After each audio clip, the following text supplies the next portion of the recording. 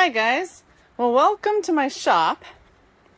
So I got this Ikea table and I mail ordered it during COVID.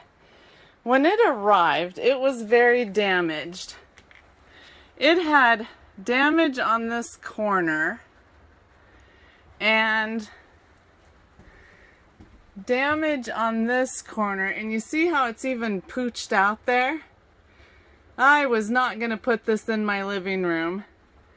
So it's just been sitting in storage, trying to figure out what to do with it. So we're going to put a new top on it using old fence boards. I have this huge stack of old fence boards, and we're going to put them to work. So I've got my boards cut, and I've laid them on here, and I really like the way they look. So now I'm going to turn them upside down on my workbench, and I'm going to start putting it together.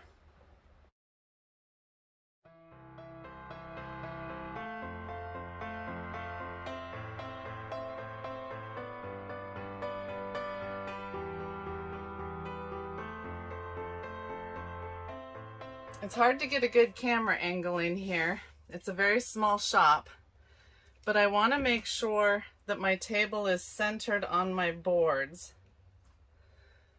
So I'm going to measure everything.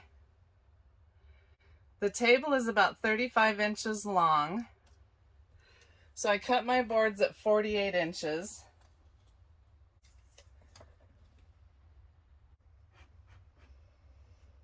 And then I want to make sure that my boards have stayed tight together, because we don't want any big gaps in the top. And they did separate a little bit, moving the table around. Hopefully you can see this, because I cannot see what my camera is seeing. Stick that in place. Okay, then I've just got some 1¼ screws here. We just want to go through one layer of wood, but not the other layer. I'm hoping that will work. I'm going to test drive this on a couple of scraps and make sure we don't poke through.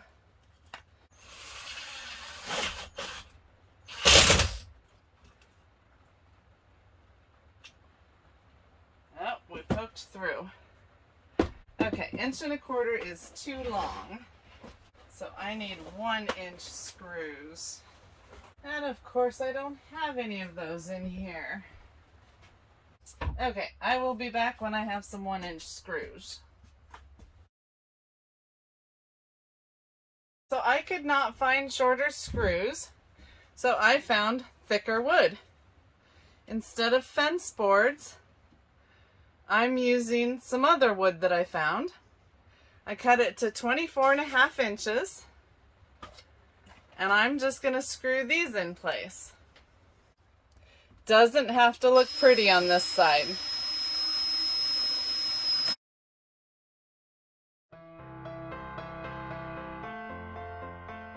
I think this board is warped. So we'll just give it some extra support. But when you're using old fence boards, you can expect that. Alright, now that that's done, the table is not actually attached to the tabletop.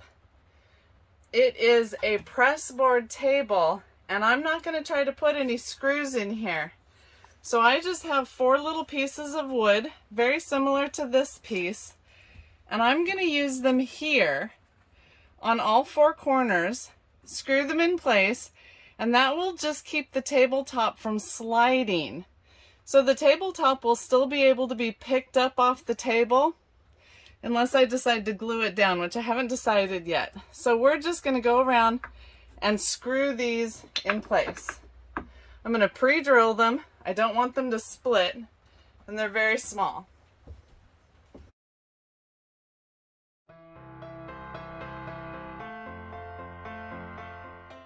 Okay. Now we'll get all the tools off of here.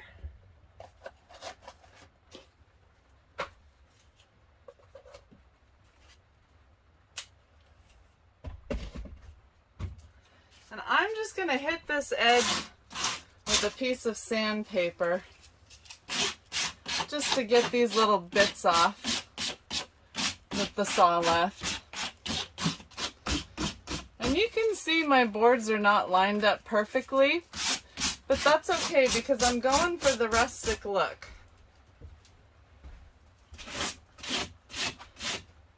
What I didn't want is the nasty damaged look that I got in shipping from the Ikea table. That was terrible and cheap, and did not want that in my living room.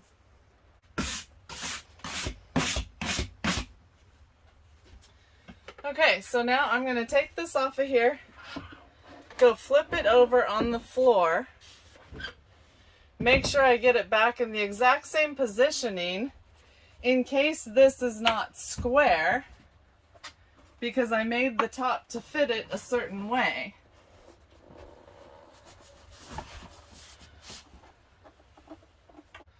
Oh, and I see this one right here, that screw did not go down well enough. I think I'm going to remove it and do that one better. Just do a new hole and pull it in tighter.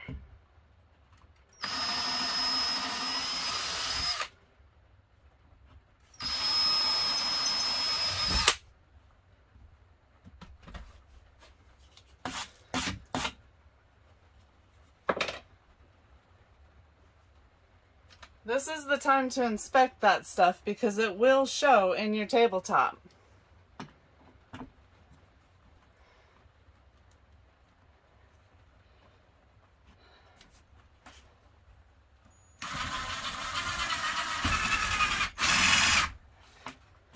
Boy, it just will not pull it up.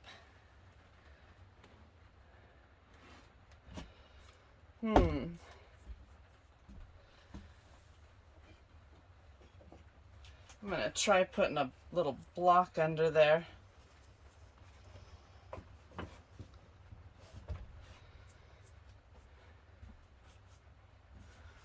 And try it again.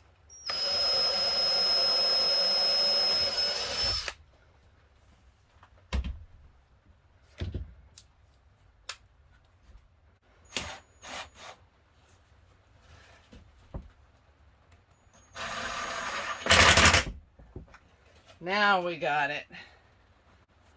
I'm going to do one more just because that seems to be a problem area.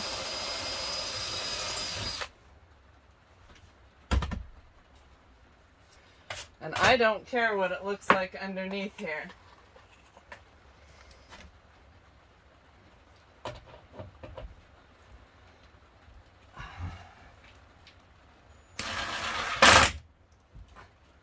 Okay, and I seem to have the same problem over there. So I'm going to take my block and fix that area.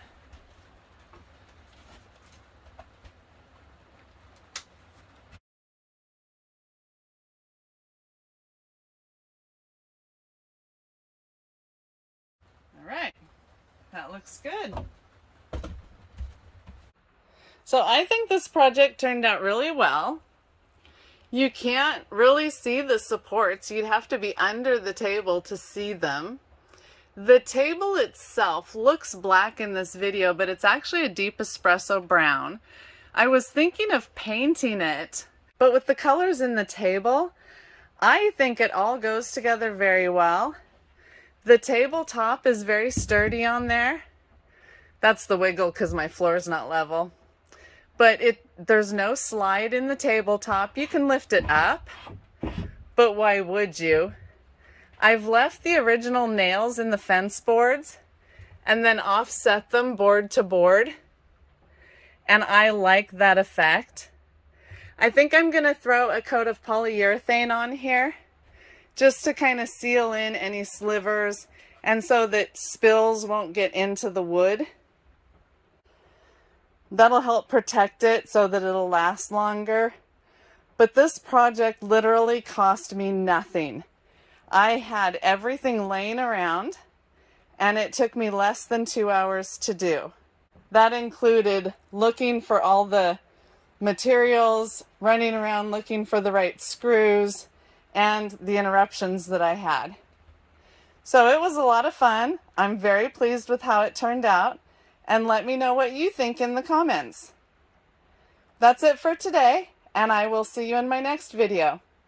Bye-bye for now. Alright, so this is our finished coffee table. It measures 48 inches long by 26 inches wide, I think.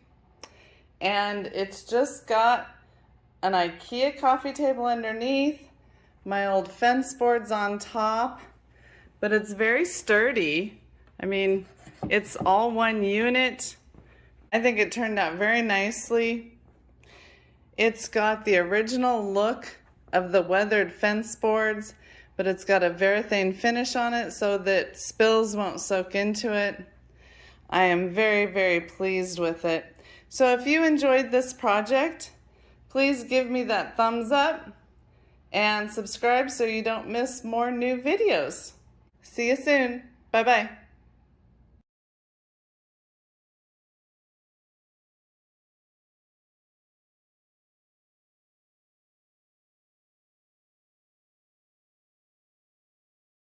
I don't think anybody else is going to come along and measure it, but I want to be close. Hopefully it'll work. I have staples. That's not going to work.